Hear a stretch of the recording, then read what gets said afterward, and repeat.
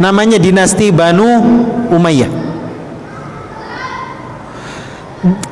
Dunia Islam berhutang jasa kepada Banu Umayyah ini, karena di zaman Banu Umayyah lah banyak terjadi ekspansi dan penaklukan daerah-daerah yang sebelumnya tidak mengenal Islam. Beda dengan Banu Abbasiyah. Kalau Banu Abbasiyah ekspansi kurang, tapi ilmu pengetahuan begitu dipuja di zaman Abbasiyah. Tapi ekspansi nggak ada, malah lepas satu-satu itu ada di zaman Banu Abbasiyah. Kalau Banu Umayyah dia tipenya perang. Ada daerah bagus, hajar sama dia, taklukan semua. Dan yang berhasil ditaklukkannya yang terakhir adalah Spanyol yang kita kenal sekarang ini. Itu selama kurang lebih 800 tahun. 500 tahun kurang lebih Spanyol berada di haribaan kaum muslimin, dan penakluknya adalah keturunan dari Banu Umayyah yang melahirkan generasi yang gemilang dan penakluk. Di antaranya adalah Utsman ibn Affan al-Umawi radhiyallahu anhu. Kita lihat sekarang beberapa keutamaan Utsman ibn Affan radhiyallahu anhu. Dari Aisyah, dia berkata, pada suatu ketika Rasulullah sallallahu alaihi wasallam pernah berbaring di rumah saya dengan membiarkan kedua pahanya atau kedua betisnya terbuka. Tak lama kemudian Abu Bakar minta izin kepada Rasulullah untuk masuk ke dalam rumah beliau. Maka Nabi pun mempersilahkannya untuk masuk. Dalam kondisi beliau tetap seperti itu, lalu berbincang-bincang tentang suatu hal. Kemudian Umar bin Khattab datang dan meminta izin kepada Rasulullah untuk masuk ke dalam rumah beliau juga. Maka Rasulullah pun mengizinkannya untuk masuk dalam kondisi beliau tetap seperti itu, lalu berbincang-bincang tentang suatu hal. Jadi maksudnya begini, Nabi lagi berada di rumah Aisyah dan paha Nabi tersingkap. Jadi mungkin sarung atau gamis, kelihatan paha Nabi. Kemudian Abu Bakar izin masuk. Abu Bakar ini kan mertuanya Nabi, ayah Aisyah. Untuk ngobrol sama Nabi, masuk Nabi. Masuk Abu Bakar, dan Nabi mengajak bicara tanpa memperbaiki sarungnya. Masih kelihatan pahanya Nabi. Masuklah Umar kemudian, dan Nabi tidak memperbaiki posisi pakaiannya, masih kelihatan pahanya. Nah, kemudian Utsman bin Affan datang juga dan meminta izin kepada beliau untuk masuk ke dalam rumah beliau. Maka Rasulullah pun mengizinkannya untuk masuk, tapi beliau duduk dan membetulkan pakaiannya. Nah, sudah. Jadi paha yang tadi kelihatan ditutup sama Nabi Muhammad sallallahu. Saya tidak mengatakan hal ini pada hari yang sama. Lalu Utsman masuk dan langsung bercakap-cakap dengan beliau tentang berbagai hal. Setelah Utsman keluar dari rumah, Aisyah bertanya, "Ya Rasulullah, tadi Abu Bakar masuk ke rumah Anda menyambutnya dengan berseri-seri dan Anda kurang memperdulikannya." Maksudnya tidak memperbaiki posisi duduk. Kemudian Umar begitu juga. Akan tetapi ketika Utsman bin Affan datang dan masuk rumah, maka Anda segera bangkit dari pembaringan dan langsung mengambil posisi duduk sambil membetulkan pakaian Anda. Rasulullah sallallahu alaihi wasallam menjawab, "Wahai Aisyah, bagaimana mungkin aku tidak merasa malu kepada seseorang yang para malaikat saja merasa malu kepadanya." Kisah ini walaupun bercerita tentang sosok Utsman secara tidak langsung, juga bercerita tentang hukum paha. Nah, ini kan hukum paha yang dibahas ini. Temanya biasanya yang ditanyakan adalah apakah paha itu aurat atau bukan? Karena di sini tema bercerita bahwa paha Nabi kelihatan sama Abu Bakar. Demikian juga oleh Umar. Tapi begitu Utsman, paha itu cepat-cepat ditutupi oleh Nabi sallallahu alaihi wasallam. Apa hukumnya paha? Mayoritas ulama menyatakan paha bukan aurat di depan laki-laki. Kalau seandainya aurat, pasti sudah ditutup oleh Nabi dari awal. Ditutup terhadap Abu Bakar, terhadap Umar, dan juga sama seperti Utsman, kepada Utsman. Tapi kenapa Nabi menutup ini ketika Utsman masuk? Ini sebagai sebuah penghormatan, rasa malu Nabi kepada Utsman, dengan alasan bahwa Utsman ini pemalu orangnya. Dia nggak mau ngelihat gitu.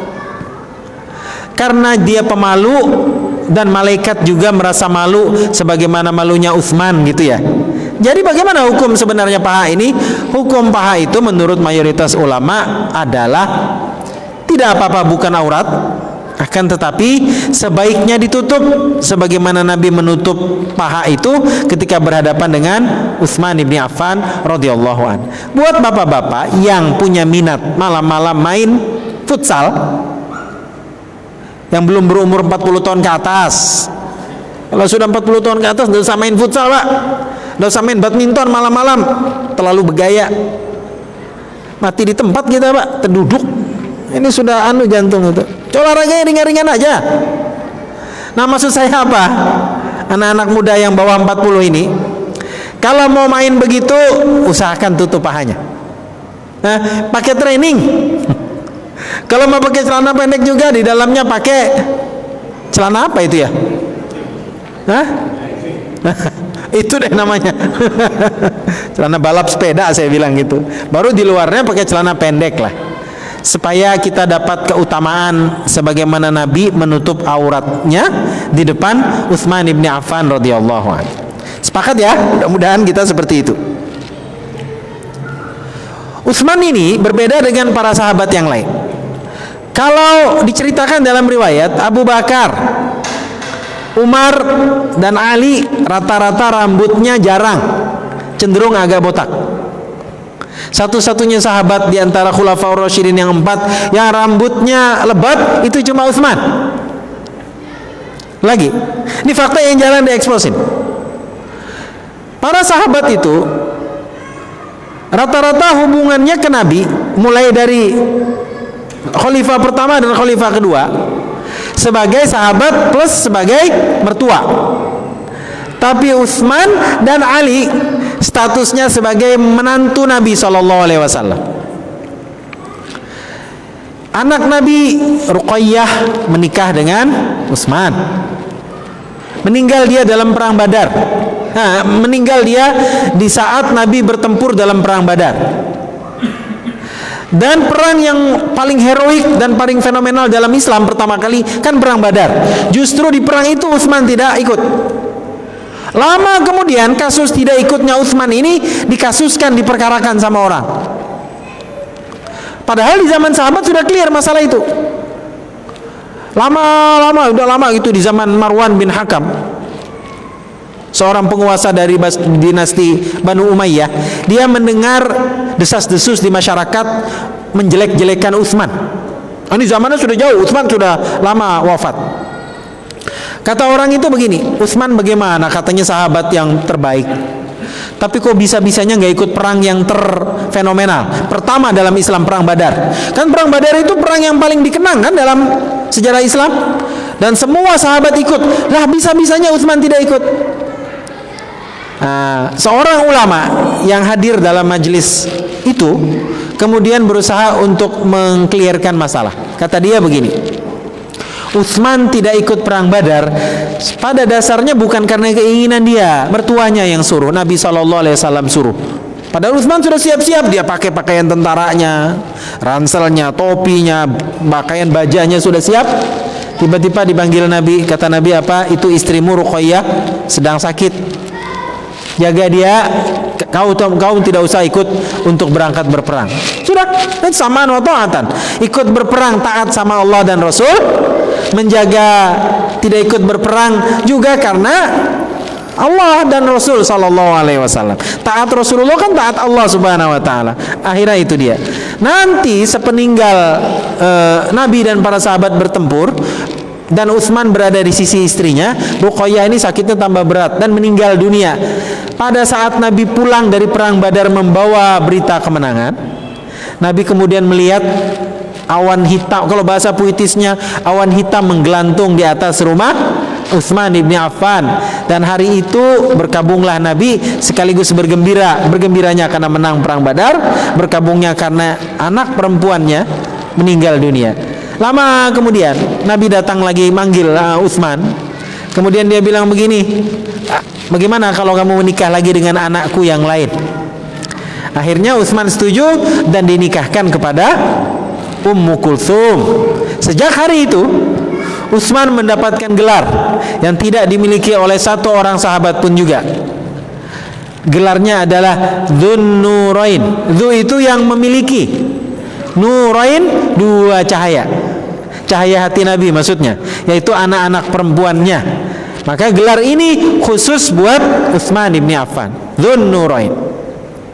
Berbeda dengan Umar bin Khattab, Utsman ini dia walaupun ada ekspansi juga di zaman dia, tapi salah satu yang perlu dicatat dari ekspansi itu adalah ekspansi laut. Zaman Umar ekspansinya semuanya di atas daratan. Karena memang Hijaz, Mekah, Madinah itu langsung berbatasan di ujungnya dengan Persia, dengan Syria gitu ya, tanah semua kan. Mesir juga tinggal lewat Gaza, muter gitu. Nah, takluk Mesir. Belum punya angkatan laut.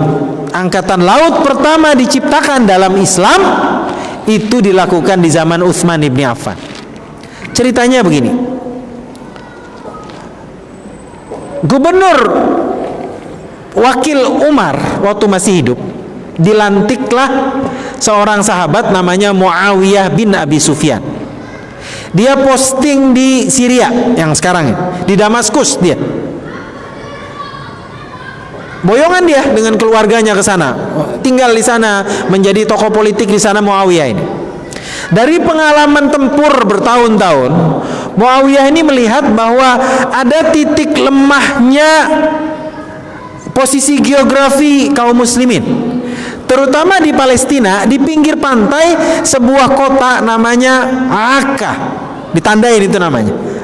Orang Arab menyebutnya Akka, ain kaf panjang, Akka gitu. Orang Yunani, orang bule menyebutnya Akre. Arab menyebutnya Akka, Yunani menyebutnya Akre. Orang bule itu suka ngubah-ngubah nama daerah kita ya, nama-nama kita ya. Daud jadi David gitu ya. Sama seperti nama Musa jadi Moses gitu. Oke, jadi Muawiyah melaporkan kepada Umar waktu masih hidup, ini bahaya wahai khalifah, wahai Amirul Mukminin. Daerah pelabuhan ini sering dijadikan pusat logistiknya tentara Romawi. Dari Yunani sana, dari Eropa, mereka ngedok kapalnya dan naruh logistik meriamnya, kemudian lagi peralatan tempur, tombaknya di pinggir pantai Akre, ditumpuk di situ. Supaya suatu saat tentara bule ini kalau menyerbu Mekah dan Madinah, bahaya betul kan? Mereka nggak perlu bawa berat-berat di atas kapal mereka peralatan perang. Jadi sudah ditaruh di sana. Ini yang jadi kerisauan kita sama-sama. Kenapa Cina banyak memiliki pulau buatan di atas Natuna? Apa fungsinya, Pak? Sama ini. Dia kalau mau menghantam gitu tinggal diambilnya. Jadi rudal-rudalnya sudah ditaruhnya di sana. Ini jangan polos kita gitu ya. Ini kedaulatan Indonesia ya. Sama itu Muawiyah bilang bahaya nih Akre ini.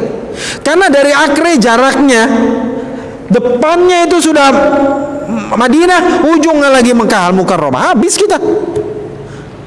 Cuma masalahnya musuhnya ini hit and run ke laut, nggak bisa dikejar. Muawiyah berencana untuk mengumpulkan para pengrajin kapal laut, dan kita bikin kapal juga bertempur di laut, kejar orang-orang Romawi bule-bule ini kayak sampai ke ujung sana. Coba setelah ini saya kasih PR ya, bapak-bapak lihat Google Map, tarik garis lurus antara Akre ke arah Eropa. Mana Pak ujungnya itu? Ketemunya Yunani loh Pak. Jadi rupanya tentara Romawi itu ngedok kapalnya dari Yunani, terus tariknya sana muncul ujungnya Akre. Dari Akre itu Mekah Madinah sudah selesai, habis dunia Islam saat itu. Dia lapor kasus ini sebagai pejabat militer dan gubernur ke Umar bin Khattab. Apa kata Umar? Kita adalah bangsa petempur di atas daratan. Bapak moyang kita terbiasa untuk memanah dari atas kuda. Kita tidak punya pengalaman berperang di atas laut. Ditolak sama Umar. Umar khawatir bukan karena dirinya. Nanti kalau pasukan kalah nggak biasa berperang di atas laut kan habis. Udah dipendam sama Muawiyah keinginannya ini. Dia pulang kembali ke pos militernya di Damaskus. Meninggal Umar, syahid. Nah, muncul tokoh kita Utsman bin Affan ini. Datang lagi Muawiyah mengajukan ide yang sama. Umar, dia tahu bagaimana sikap Umar terhadap ide ini, karena dia ngikutin dari awal. Dan bukankah Utsman salah satu penasehat negara di zaman Umar? Cuma dia memiliki sudut pandang yang lain. Dia bilang begini, silahkan kamu bertempur di laut, bikin armada naval ya, angkatan laut. Tapi saya mengajukan satu syarat. Kamu harus memberikan jaminan kepada para pasukan yang bertempur di laut, dan juga buat saya sebagai penentu kebijakan politik, bahwa angkatan laut dan kapal yang kamu pakai safe untuk dinaiki, untuk dipakai berperang. Itu dia syaratnya Utsman. Wah, semangat sudah Muawiyah ini. Dia bikin kapal semua untuk memberikan jaminan bahwa kapal itu adalah kapal yang layak untuk dinaiki dan bagus dipakai untuk bertempur. Maka Muawiyah mentaklimat, memberikan arahan, pasukan-pasukan inti yang berperang di atas kapal ini harus membawa istri masing-masing. Mau tentara itu kalau dia merasa aman buat dirinya dan buat keluarganya, tentunya kan wahana yang dipakai aman kan Pak. Jadi ini jaminan gitu ya. Orang tidak mungkin berangkat berperang bawa istri kan. Takut orang nanti mati ini. Untuk menunjukkan bahwa wahana tempur ini baik, bagus, jamin, maka membawa istri. Banyak bawa istrinya. Di antaranya salah seorang adalah Ubadah bin Samit radhiyallahu an, membawa istrinya Ummu Haram binti Milhan radhiyallahu anha yang kemudian meninggal di tanah Eropa itu. Itu kisah bagaimana Utsman bin Affan mengizinkan pasukan naval pertama dalam Islam. Dan kalau di Google saya lihat perangnya disebut dengan perang Ponik, disebut gitu ya, perang Phoenix. Dan perang Phoenix itu terjadi antara Muawiyah bin Abi Sufyan melawan pasukan Eropa di lautan, di sekitar lautan Arab pada zaman itu. Yang berikutnya hadis nomor 1638 dari Sa'ad atau Sa'id al-Musayyab, telah mengabarkan kepadaku Abu Musa al-Asy'ari radhiyallahu anhu bahwasanya ia pernah berwudu di rumahnya. Setelah itu ia keluar dari rumah sambil berkata, pada hari ini saya berniat untuk selalu berada di dekat Nabi sallallahu alaihi wasallam. Dan dalam hadis yang panjang ini diceritakan bagaimana Nabi sallallahu alaihi wasallam sedang berada di sebuah kebun dikelilingi dengan tembok yang agak tinggi. Kemudian Nabi di kebun itu ada semacam telaga gitu. Masuk ke dalam kebun itu beberapa orang sahabat. Tapi sebelumnya Nabi menempatkan satu orang ajudan beliau untuk berjaga di depan pintu kebun itu. Setiap yang masuk pasti harus seizin Nabi. Masuk Abu Bakar. Kemudian begitu masuk Abu Bakar, Nabi bilang apa? Selamat, kamu akan masuk surga, begini dan begitu. Dah, sebelum orangnya meninggal, Nabi sudah memperkirakan orang ini bagaimana nasibnya. Masuk Umar begitu juga. Begitu Utsman izin mau masuk taman itu, Nabi diam dulu. Dia bilang begini, kata Nabi SAW, silahkan masuk hai Utsman, dan Rasulullah menyampaikan kabar gembira tentang surga kepadamu serta cobaan-cobaan yang akan menimpamu. Iya, lihat, perhatikan kalimatnya. Abu Bakar masuk, Nabi bilang, oh insya Allah masuk surga, gitu. Umar juga begitu. Begitu Utsman masuk, Nabi perkataannya sama di awalnya, cuma ditambah sama Nabi. Jadi kata Nabi, selamat masuk surga juga, tapi masuk surganya setelah banyak cobaan yang kamu dapatkan dalam hidup. Dari sini kemudian ulama membuktikan secara sejarah bahwa Utsman kan meninggalnya karena fitnah ya. Dia kan ditusuk juga, disembelih gitu, karena masalah fitnah yang terjadi di zaman Utsman ibn Affan. Fitnahnya banyak. Di antaranya ada yang menceritakan bahwa orang-orang Persia ini yang sudah tidak suka lagi dengan kekuasaan Islam yang ada di tanah mereka, berusaha bikin fitnah. Di antara fitnahnya adalah bahwa Utsman tidak becus memelihara stabilitas politik dan sosial di negara kekhalifahan saat itu. Yang kedua, tuduhan kepada Utsman bahwa Utsman ini nepotismenya kuat. Jadi gubernur di daerah ini itu keluarganya, yang ini sepupunya, begitu dia semuanya.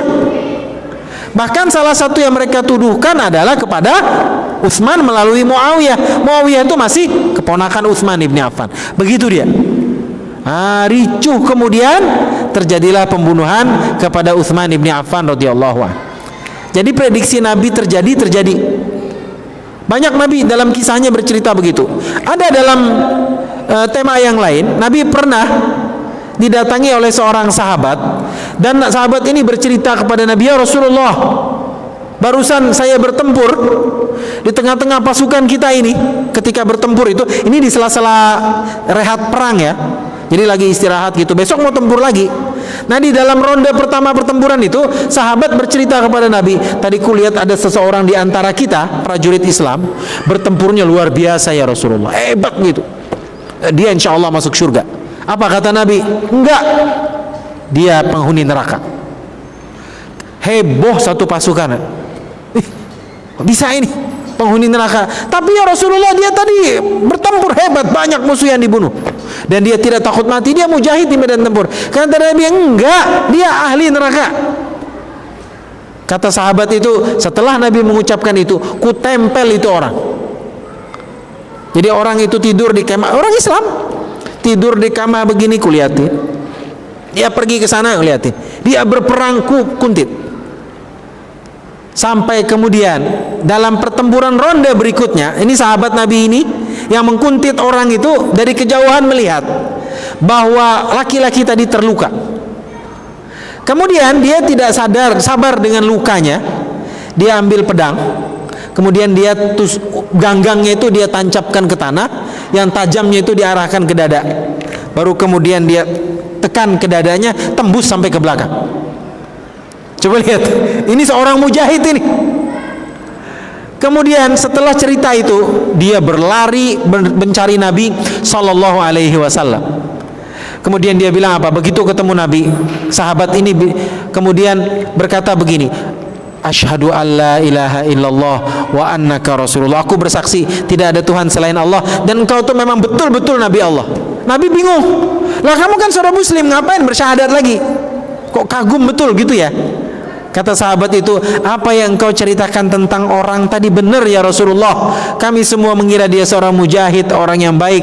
Ternyata dia tidak sabar dengan lukanya, dan dia membunuh dirinya sendiri. Ini hadis bercerita bagaimana Nabi SAW mengabarkan tentang sesuatu hal yang kita tidak tahu, tapi kalau sudah diceritakan sama Nabi, itu pasti terjadi.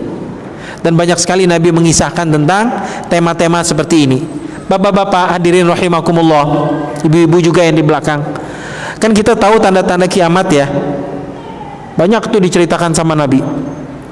Saya menemukan salah satu tanda kiamat itu adalah bahwa babi-babi akan dibunuh. Itu ada itu ceritanya. Kita nggak tahu virus yang beredar sekarang ini apa sebab sebenarnya, wallahu alam ya. Banyak banget ulasan di balik itu. Ada yang bilang kelelawar, ada yang bilang juga senjata biologis yang terlepas dari Cina, ada yang bilang juga Barat yang berusaha, macam-macam. Tapi kita tidak bisa memungkiri bahwa salah satu sebab musabab berkembang biaknya kuman di dunia ini adalah gara-gara ya binatang itu. Tidak mungkin Allah mengharamkan sesuatu, pasti sesuatu itu bahaya buat manusia. Dan tidak mungkin Allah menghalalkan sesuatu, pasti sesuatu itu bermanfaat untuk umat manusia. Kalau ini terjadi, barulah manusia mengetahui, dan barulah manusia menyadari gitu ya, bahwa apa yang diprediksikan oleh Nabi akan terjadi, itu pasti akan terjadi juga. Jadi ini kisah tentang Utsman ibn Affan radhiyallahu anhu. Kita lanjutkan tentang sahabat yang lain, khalifah yang keempat, namanya Ali bin Abi Thalib radhiyallahu anhu. Ali di awal tadi saya sebutkan, beliau adalah sahabat Nabi sekaligus juga sebagai menantu Nabi. An Sa'ad ibn Abi Waqqas radhiyallahu anhu qala, khalafa Rasulullah sallallahu alaihi wasallam Ali ibn Abi Talib fi ghazwati Tabuk, faqala ya Rasulullah tukhallifuni fil nisa was-sibyan? Faqala ama tarda an takuna minni bimanzilati Harun min Musa ghaira annahu la nabiyya ba'di. Dari Sa'ad bin Abi Waqqas radhiyallahu an, dia berkata, Rasulullah sallallahu alaihi wasallam pernah memberi tugas Ali bin Abi Thalib untuk tinggal di Madinah ketika perang Tabuk. Maka Ali berkata, wahai Rasulullah, mengapa engkau hanya memberi tugas saya untuk menjaga kaum wanita dan anak-anak di rumah? Rasulullah SAW menjawab, tidak relakah kamu wahai Ali memiliki posisi di sisiku seperti posisi Harun di sisi Musa? Hanya saja sesudahku tidak ada nabi lagi. Ali bin Abi Thalib, dia kalau dalam keluarga besar Abdul Muttalib tuh, Ali ini apa ya, sepupu ya, sepupu. Dan sepupunya menikah dengan anaknya Nabi. Apa kesimpulan fikihnya di sini? Bolehnya seorang paman menikahi ponakan, itu. Kan Ali itu dengan Nabi sebenarnya selevel ya. Cuma dia lebih muda beberapa tahun gitu. Dan memang di kita juga ada yang begitu, paman dengan ponakan umurnya sama, cuma nggak dipanggil paman aja gitu ya, namanya langsung gitu, paman kecil lah kalau ada orang bilangnya. Oke. Dan salah satu yang menjadi tameng hidup Nabi ketika peristiwa hijrah yang rumit itu terjadi, kita tahu ceritanya bahwa Nabi meminta Ali bin Abi Thalib untuk tidur di pembaringan beliau, dan Nabi kemudian mengendap-endap keluar dari rumah itu bersama dengan Abu Bakar Siddiq dalam peristiwa hijrah. Itu Ali bin Abi Thalib, dan itu sebuah pengorbanan yang luar biasa loh. Kalau seandainya Abu Lahab, Abu Jahal dan CS-nya itu menusukkan tombak aja ke selimut itu yang disangkanya ada Nabi tidur di situ, mati kan itu Ali. Jadi nggak main-main itu pengorbanan itu. Ini pengorbanan yang ditulis dengan tinta emas dalam sirah Nabi SAW. Pada suatu hari, dengan kesulitan ekonominya, istri Ali, Fatimah radhiyallahu anha, tangannya kasar, membantu menumbuk tepung, gandum, menurunkan hasil panen kurma. Ya istri ya, nggak ada pembantu. Agak kesulitan menghadapi kesulitan hidup itu.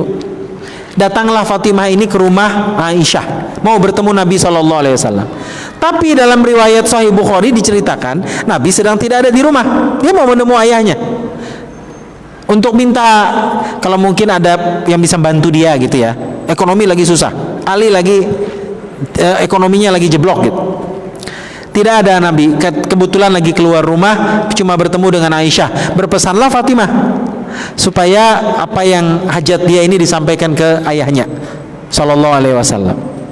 Pulang Fatimah, Aisyah kemudian menyampaikan ke Nabi sallallahu alaihi wasallam.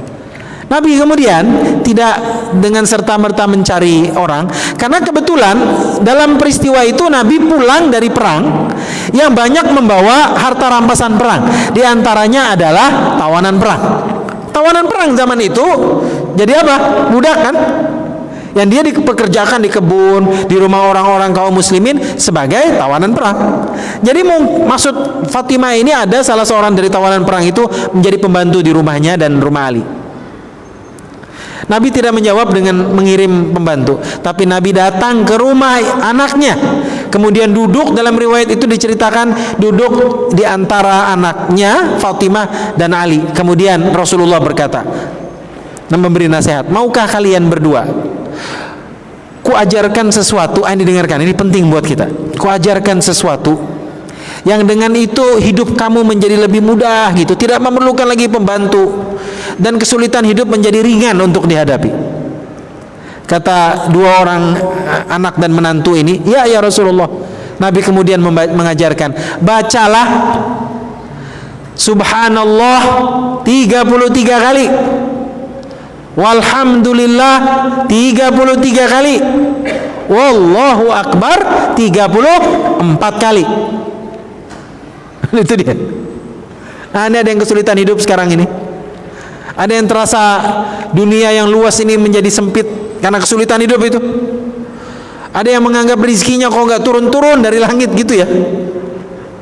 Proyek nggak jebol-jebol dengan ekonomi kita yang morat-marit ini, kan bingung kita. Banyak berwirid tadi.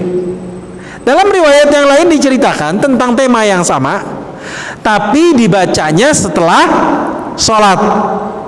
Nabi mengajarkan baca 33 subhanallah, alhamdulillah 33, Allahu Akbar 33 juga. Perhatikan ya, jadi bedanya di Allahu Akbarnya. Kalau tema yang Ali dan Fatimah tadi 34 Allahu Akbarnya dan tidak dibaca setelah sholat. Kalau yang ini dibaca setelah sholat. Yang mana mau diamalkan terserah. Boleh sambil nanti pulang dari masjid belum sempat wiritan atau sebelum tidur baca aja subhanallah 33, walhamdulillah 33, Allahu Akbar 34. Kalau itu kita amalkan habis sholat, semuanya dibaca 33 kali. Ali bin Abi Thalib punya kasus. Suatu hari dia ribut sama istrinya Fatimah. Biasalah ya, sahabat itu bukan malaikat. Nabi aja pernah ada masalah dengan istrinya. Dan kisah panjang ini bagaimana Nabi ada masalah dengan istri-istrinya, salah satunya Aisyah, diceritakan dalam Sahih Bukhari. Itu Nabi. Dan ini sahabat Nabi. Sahabat Nabi manusia biasa seperti kita. Nabi mencari Ali. Sampai ke rumah Ali, dia cuma ketemu Fatimah. Bertanyalah Nabi kepada Fatimah ini, mana suamimu? Ya, orang lagi marahan ya. Kalau marahannya sahabat, dia larinya kemana? Ngendon di masjid. Kalau kita kemana? Nggak balik sudah. Pulang dari kerja langsung kemana? Kayak ke kafe mana nongkrong. Nggak teguran, jangan lama Pak, 3 hari cukup. Udah balik sudah ke rumah. Baikan. Sian yang kecil di rumah. Lagi sampai cerai-cerai begitu. Dia ini ngendonnya di masjid. Nabi kemudian cari Ali ke masjid. Ali itu lagi tidur-tiduran di masjid. Dibangunin sama Nabi. Mana aja kamu ini? Tapi yang unik, Nabi memanggil Ali bukan dengan namanya. Karena Masjid Nabawi bukan berkarpet seperti ini. Dia pasir, berdebu ya.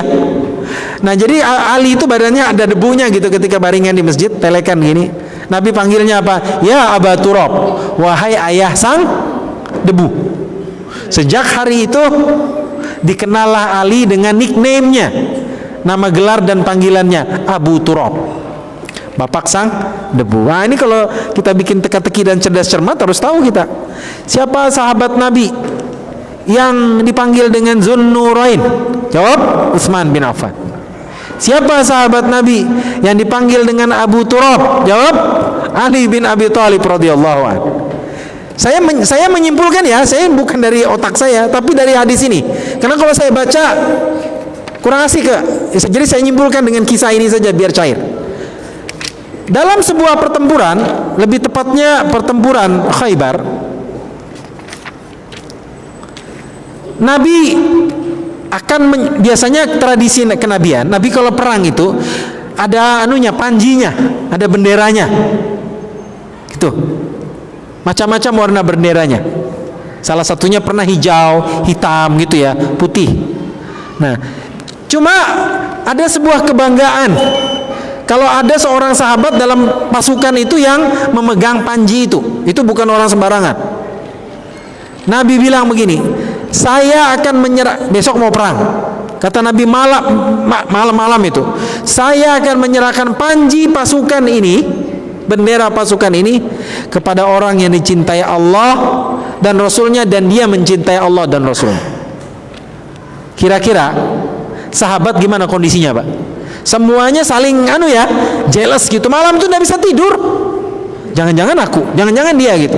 Oh, kita juga begitu. Kita kan mau masuk surga. Besok pagi saya cukupkan kisah ini waktu kita habis. Besok pagi semua ini kayaknya saya ini tahajudnya paling banyak. puasa Senin Kemis paling oke, sholat duhanya paling terus gitu. Apa kata Nabi? Ali mana Ali? Semua cepat-cepat jawab, ya Rasulullah dia sakit mata. Ali kebetulan lagi sakit mata, dia nggak nongol di situ. Maksudnya kalau sudah ada alasan jelas seperti itu, jangan Ali gitu. Sakit mata ya Rasulullah, nggak ada dia. Tapi Nabi bilang apa? Panggil dia, panggil. Ali datang sakit mata, banyak anunya.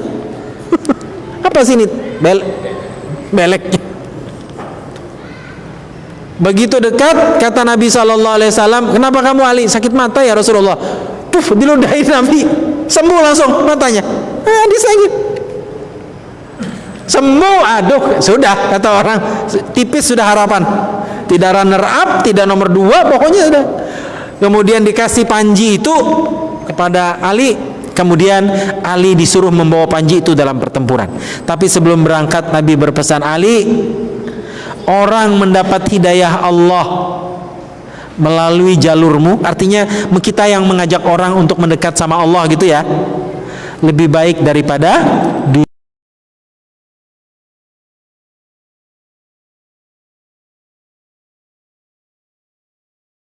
rekan kerja kita untuk mendekat kepada Islam, mendekat kepada Allah Subhanahu wa taala. Aqulu qouli hadza wa astaghfirullahal azim. Subhanakallahumma bihamdika asyhadu an la ilaha illa anta astaghfiruka wa atubu ilaik. Wassalamualaikum warahmatullahi wabarakatuh.